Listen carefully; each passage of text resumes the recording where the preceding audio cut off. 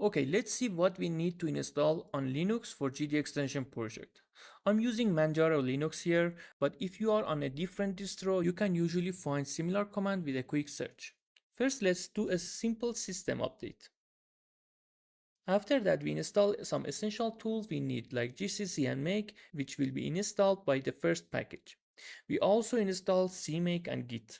If your Linux use apt-get package manager like Ubuntu, just use the command on the screen.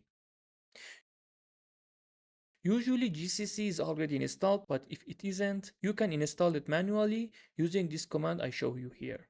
Next, we need Python. Python is required to generate Godot internal C++ function. Another tool you should install is GDB. Later, I'll show you how to debug your program with that. One important thing here is that in this tutorial, I'm using GNU compiler on Linux. If you use Clang, it is better to use LLDB for debugging, not GDB. The next package is optional. It's needed if you want to compile your GDExtension library Windows from Linux. Here I install MinGW W64. Some other optional tools include Ninja, which is a fast building system, and Clang compiler. Installing these depends on your workflow.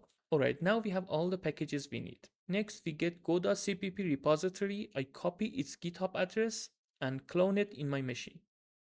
Inside the clone folder, I switch the branch of the go.cpp repo. Here, for example, I'm using Godot 4.3, so I choose the version 4.3 for this. Now I create a build directory and inside that folder I run cmake dot.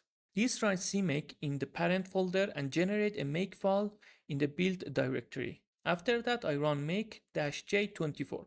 The number 24 here represents the CPU core used to compile this library. We will find the static library in for GDExtension inside the bin folder. If you see it there, everything is working. And that is how you start GDExtension project on Linux.